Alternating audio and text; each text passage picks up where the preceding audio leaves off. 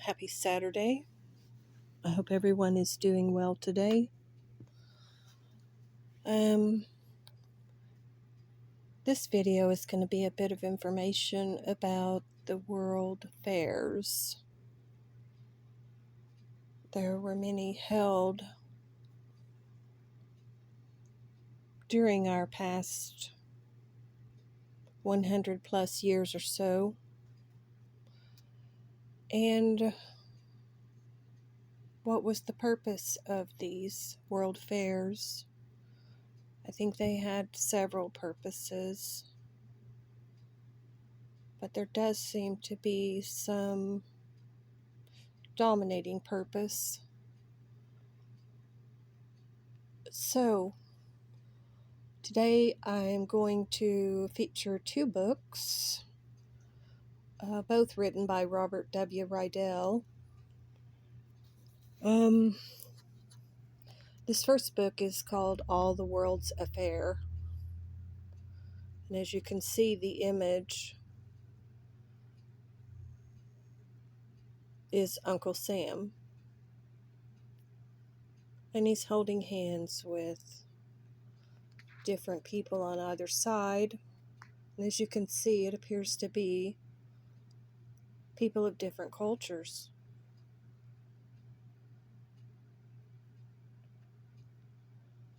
And his poem says the grand finale of the stupendous, spectacular success, Uncle Sam's show. So, Uncle Sam is saying, it's done, that the show and fun we've had for 6 months past. We made the world stare at my wonderful fair, and swear that nothing could compare with the beautiful, wonderful things seen there. But the end has come at last, and now it's over. We thank you all for giving so hearty a curtain call, and you all agree with me, I guess, that it's been a howling big success. And then the chorus of all nations sings, for he's a jolly good fellow. So,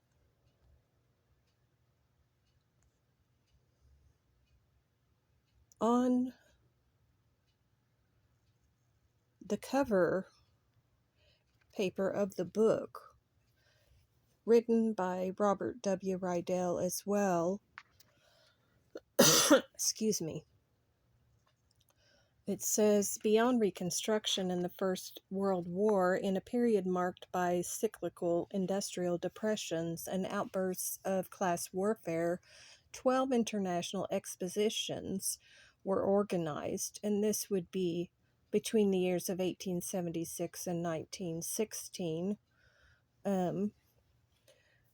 These were organized in major cities across the United States. Fairs in Philadelphia, Chicago, New Orleans, Atlanta, Nashville, Omaha, Buffalo, St. Louis, Portland, Seattle, San Francisco, and San Diego offered nearly 100 million people a vision of a strong America, rich in economic, intellectual, and artistic resources, whose institutions and social organization represented mankind's steady progress towards perfection. The idea of the World's Fair as blueprint for the future was expressed by David R. Francis, director of the Louisiana Purchase Exposition in St. Louis, 1904. So thoroughly does it represent the world's civilization that if all men's other works were by some unspeakable catastrophe blotted out, the records here established by the assembled nations would offer all necessary standards for the rebuilding of our entire civilization. That statement is quite profound. Blotting out the true records it mentions. In this fascinating and thoroughly researched study, Robert W. Rydell examines the reality behind the utopian visions embodied in the fairs and finds that the message they conveyed was not quite so noble. drawing extensively on archival records as well as on newspaper and magazine articles, guidebooks, popular novels, and oral histories. Rydell concludes that the ideology at work was, in fact, based on white supremacy and cultural hegemony. And there's more on the back book cover, but I just wanted to preface the other book that we're going to go to by reading what was on here, because this tells you the point of view of where this Robert W. Rydell was coming from. I mean, he was obviously looking for the truth. So let's go to the other book, World Affairs, also by Robert W. Rydell. Now, this book, the first one, interestingly enough, was, I believe, written in 1984, the infamous year. And this book is written in 1993.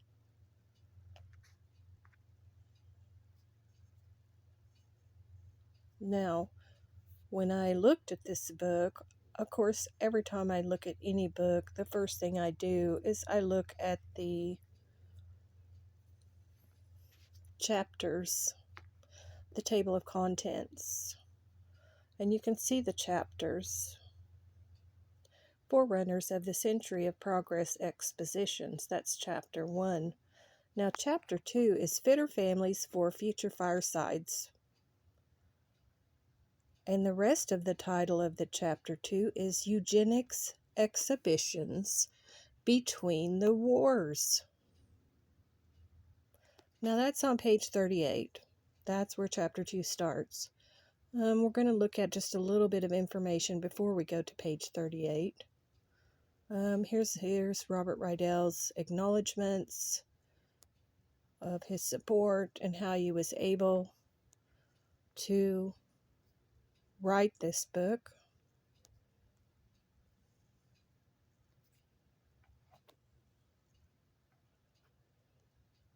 Here is the introduction, which I find quite interesting.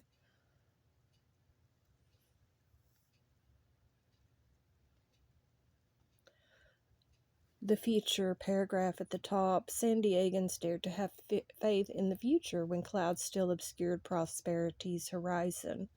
And it was that faith that broke down barriers of pessimism to build an exposition which is recognized as yesterday's beginnings of tomorrow's great prosperity. That's from Frank Merriam, Governor of California, 1936. Excuse me.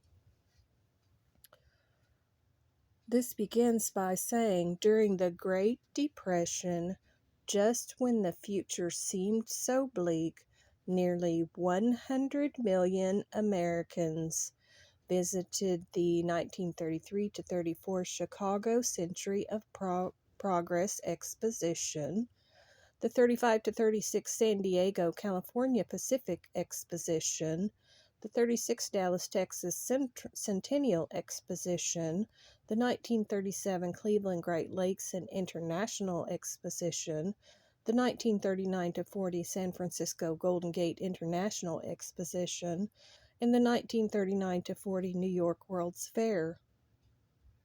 Now, the first words of that paragraph start, during the Great Depression. Nearly 100 million Americans. I mean, I just wonder, if this was during the Depression, how did 100 million Americans visit these World's Fairs?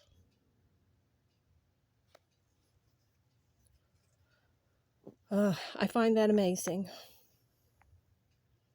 And on the next page is a picture of a person. It says, Site of the Century of Progress Exposition, Chicago. Now here's a gentleman sitting outside a structure, a very rudimentary structure. This does not look like a palace by any means. Very rough-hewn, Obviously, this person has challenges in life, and he's sitting outside on what looks like a rock, reading a newspaper. And what I find really ironic about it is that sign on the right side that looks like it says Sleepy Hollow. Isn't that a funny name to name this, Sleepy Hollow?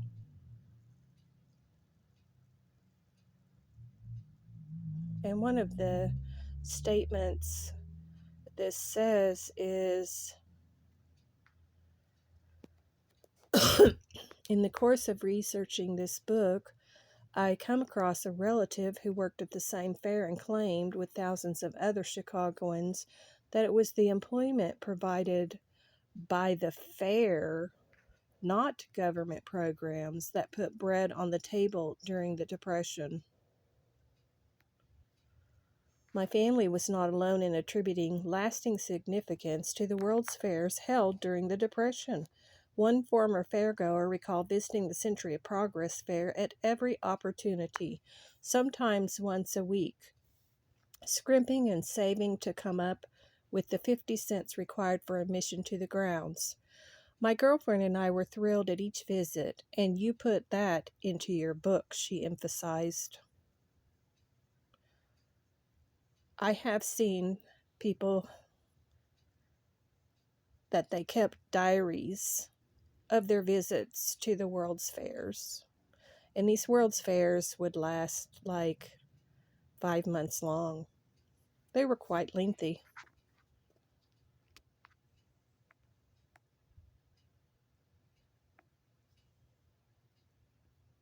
And it goes on to give some more information, but we're just going to skip through and look at a few pictures before we go to page 38, which is the very important part, the most important part from my thinking. The top picture, the Russian and German pavilions in Paris, 1937. The bottom, the Barcelona International Exposition, 1929.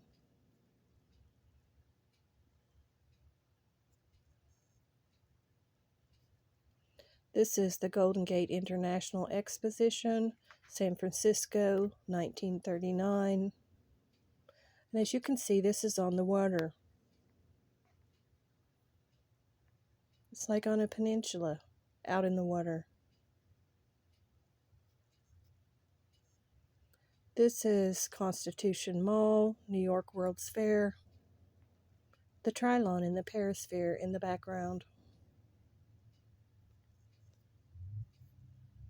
This is a Skyride in Hall of Science, Century of Progress Expedition, 1933.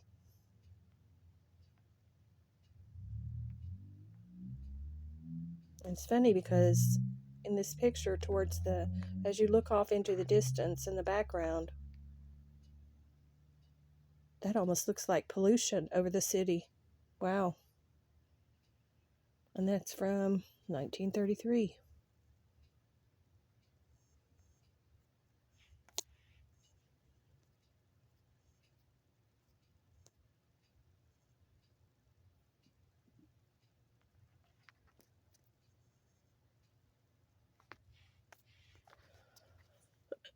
This is the first part of chapter 1.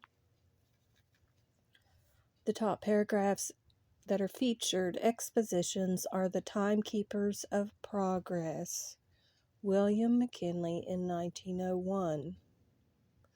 The next paragraph feature. The 1893 Chicago World's Columbian Exposition, like all expositions, is a striking example of imprudence and hypocrisy. Everything is done for profit and amusement from boredom, but noble aims of the people are ascribed to it. It says, orgies are better. Leo Tolstoy, 1893. So that's a quote from him. It's reading on the Century of Progress expositions that ring the United States between the world wars did not emerge out of thin air. They continued, reinvented may be a better term, a tradition of World's Fairs, excuse me, that dated to London's 1851 Great Exhibition of the Works of Industry of All Nations and continued through San Francisco 1915 Panama Pacific International Exposition. Now, there were more World's Fairs than just these mentioned. They went beyond this year's.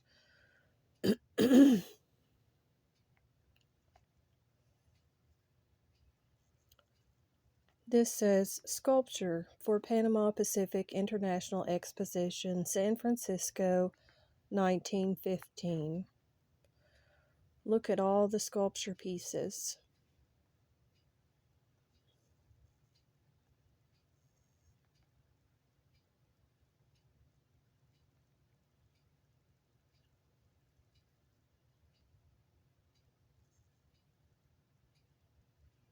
And this big one on the left, closest to where the photo was taken, the lady, the reclining lady. The body looks so realistic. It's as if a mold was made of a human woman. The body is so perfect. It looks so realistic.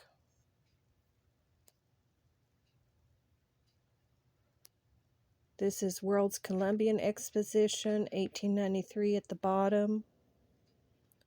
Look at how large this is. There's a midway with the carousel and everything. And once again, it's obviously on the water. Quite large. These things were huge. And then we have, of course, the prospectus for the 1899 Omaha Greater America Exposition. And you see Uncle Sam there. And you see this says July 1st to November 1st. That's 5 months.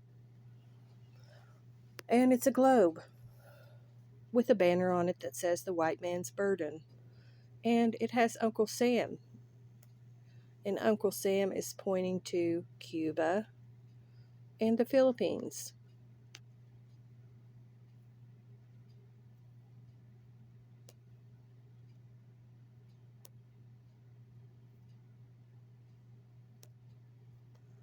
So let's continue on. This is a Brooklyn bridge built of soap. So this was a display at one of the expositions.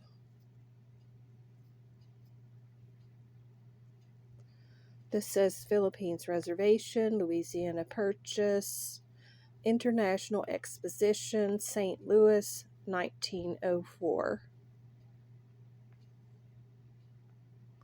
And as you can see, the native people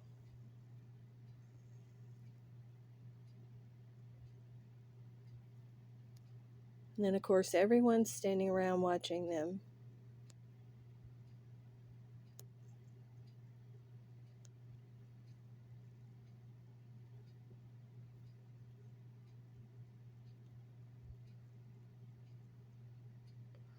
And by this picture it says non-whites on display at America's turn-of-the-century fairs were linked most closely to the natural world and were displayed as natural resources to be exploited as readily as mineral deposits.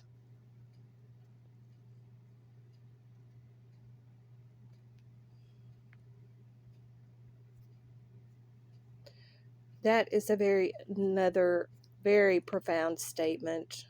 This is a Samoan woman who has been placed on exhibit, Midwinter Exposition, San Francisco, 1894. So she is the exhibit for these people. They've made her the exhibit.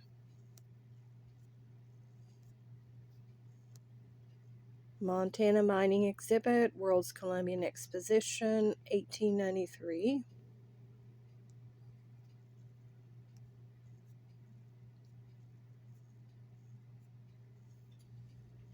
This is the Philadelphia Commercial Museum.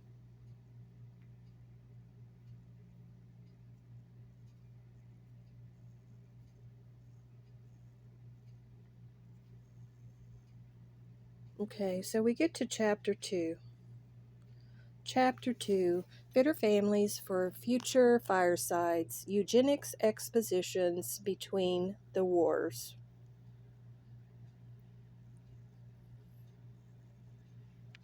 Popular education. This is the feature paragraphs at the top. Popular education is a necessary part of any program of scientific thought or research which touches in any way upon the vital phenomena of human existence. To use a pat expression which has become almost trite, it must be made to function in the lives of people.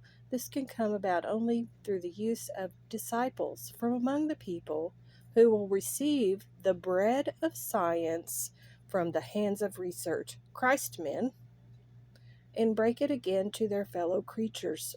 Excuse me.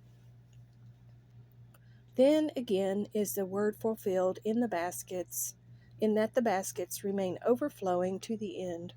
In the concrete instance of eugenics, the known facts of heredity must be applied to human well being and given to humanity in an effective and convincing way. Florence Brown Sherborne, Eugenics, 1928. Because of these novelties, this is the second paragraph. None of these novelties at the fair was so stirring as the eugenic family, who had volunteered to give, for a mere $40 a day, an example of the benefits of healthful practices. Sinclair Lewis, Arrowsmith, 1924. Excuse me. So, to go on, in the first third of the 20th century, a group of scientists and pseudoscientists, with the help of best-selling books like Madison Grant's The Passing of the Great Race from 1916, captured American public attention, persuaded state legislatures to pass sterilization laws, and convinced the U.S. Congress to extend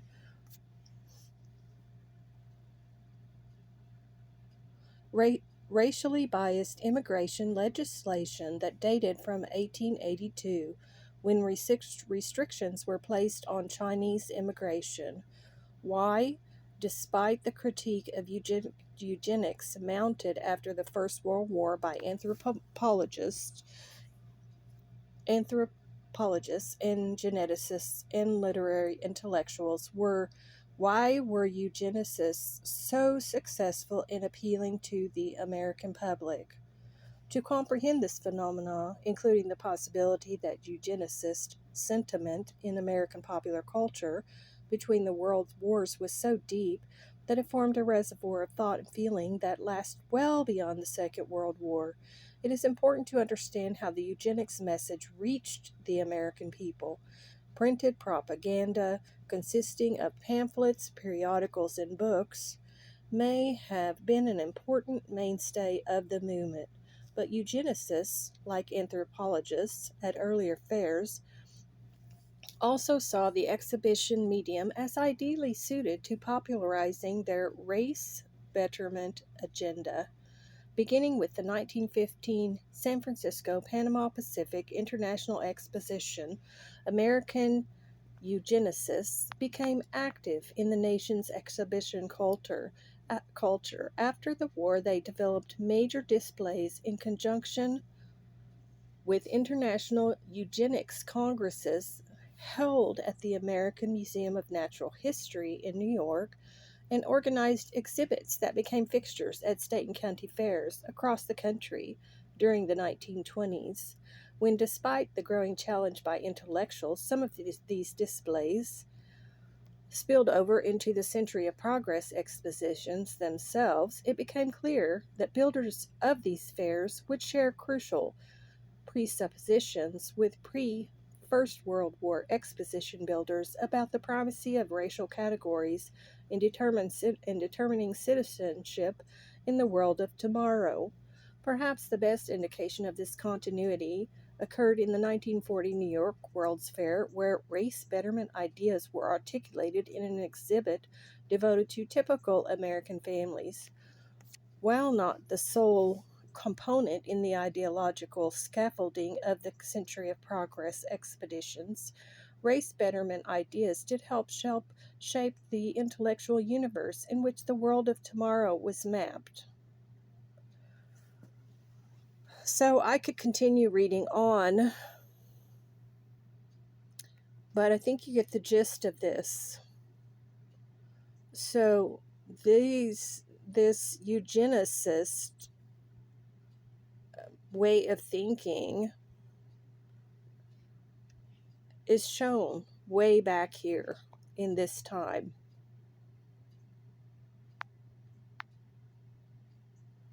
I mean, this goes on and mentions very significant names and places.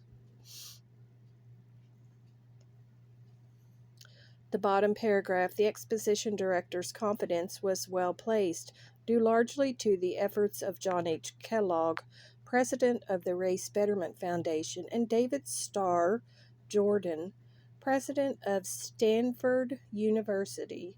Stanford. Very significant. Stanford. And this mentions Harvard. This mentions a Yale economist, Irving Fisher.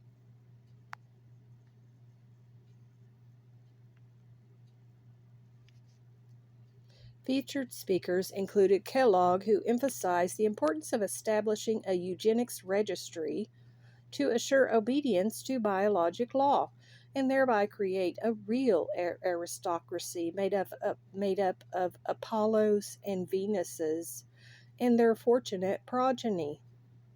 And Jordan, who condemned the warring European powers for committing race suicide. And it goes on.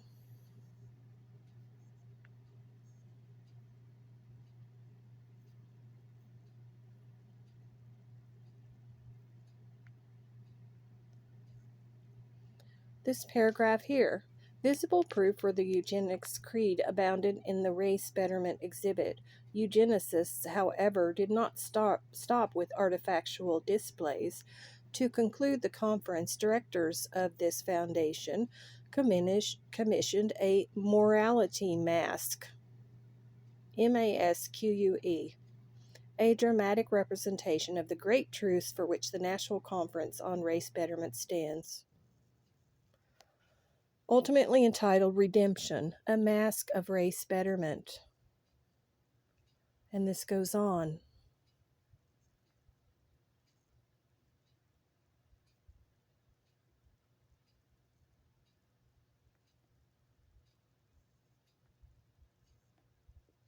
The American Museum of Natural History is mentioned quite a bit.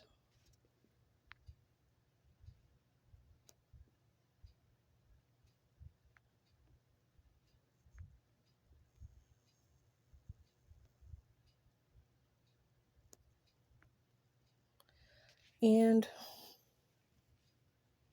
Major Leonard Darwin, fourth son of famed naturalist Charles Darwin, and president of the Eugenics Education Society of Great Britain.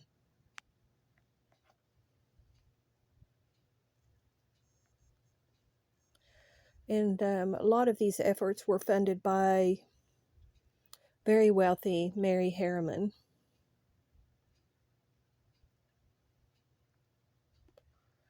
So, exhibits pertaining specifically to eugenics were arranged in forestry and Darwin halls. They had a forestry section at the World's Fair, and Darwin halls, and consisted of mainly embryological and racial casts and models, photographs, pedigree charts and tables, biological family histories, collective biographies, graphical and historical charts on the character and analysis of population, material showing the principles of heredity in plants, animals, and man, maps and analytical tables demonstrating racial vicissitudes, anthropometric instruments, apparatus for mental measurements, and books and scientific reprints on eugenical and genetical subjects. Laughlin's overriding desire, as he explained in the prospectus, was to make the exhibits of this Congress relatively few in number but striking in nature. This is a picture of some of the exhibits of these racial casts.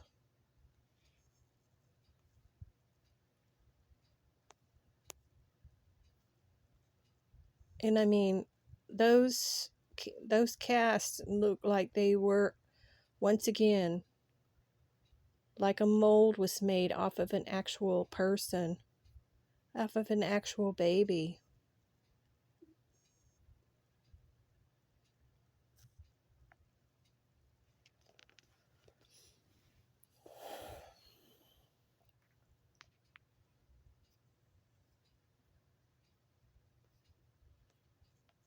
And this goes on. And of course, I saw the Rockefeller name in here as well, of course. It's right here. Fisher obtained backing from financiers John D. Rockefeller and George Eastman, which enabled him to organize a staff of paid workers. In 1924, the committee acquired the services of two dedicated volunteers, Mary T. Watts and Dr. Florence Brown Sherbin. Florence Brown, the one that I read the paragraph from at the beginning of this chapter, the featured paragraph. Those two devoted great energy to making an essentially upper-class ideology acceptable to a broader audience.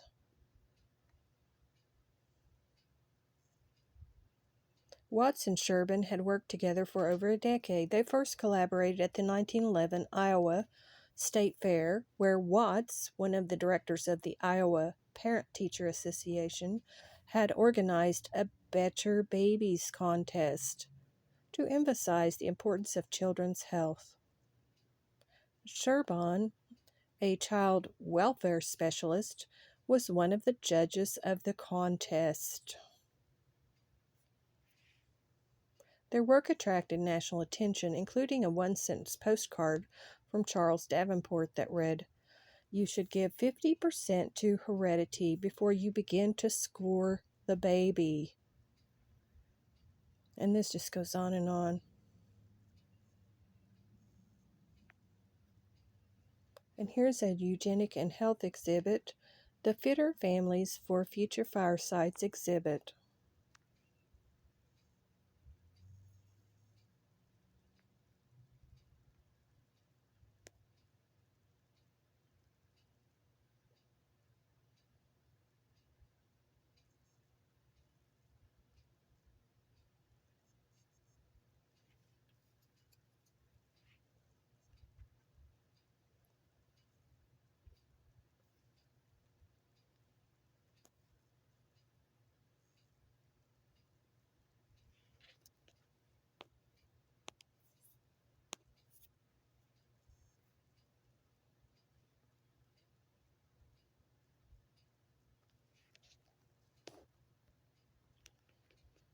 And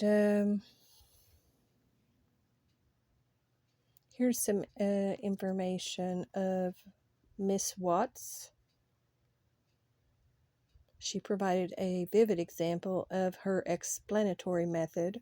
We use the word eugenics as a sign over the door of the building at the Kansas Fair, where we test human stock. Test human stock is what she said. and it causes considerable discussion. When someone asks what it is all about, we say, while the stock judges are testing the Holsteins, Jerseys, and Whitefaces in the stock pavilion, we are judging the Joneses, Smiths, and the Johnsons.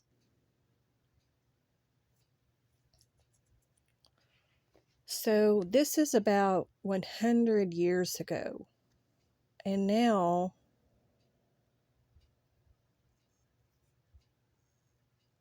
I'm seeing a parallel of what is going on now.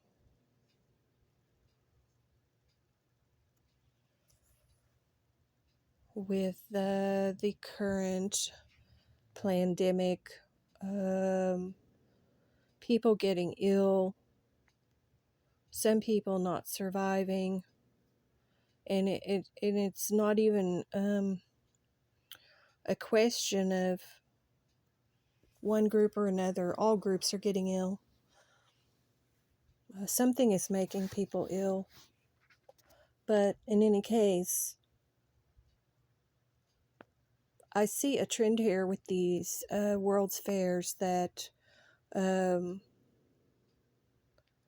was definitely great efforts made by the 1%ers, let's put it that way. The efforts were made to elevate certain bloodlines. But in any case, I think there's way more to our history than we've been told, and especially about the World's Fairs. You can look at the World's Fairs and the photos and some of the information, and you can see some of the truth in it, and you can see some of the lies in it. But in any case, I'm going to close for now. This has been quite a longer video than what I normally do. Much love to everyone. I'm going to continue to research the World's Fairs. It's one of the many interests I have. So I'm going to continue on checking on this to see what truth we can see out of this part of history. But anyway, much love to everyone and have a great day. Namaste in Lakesh.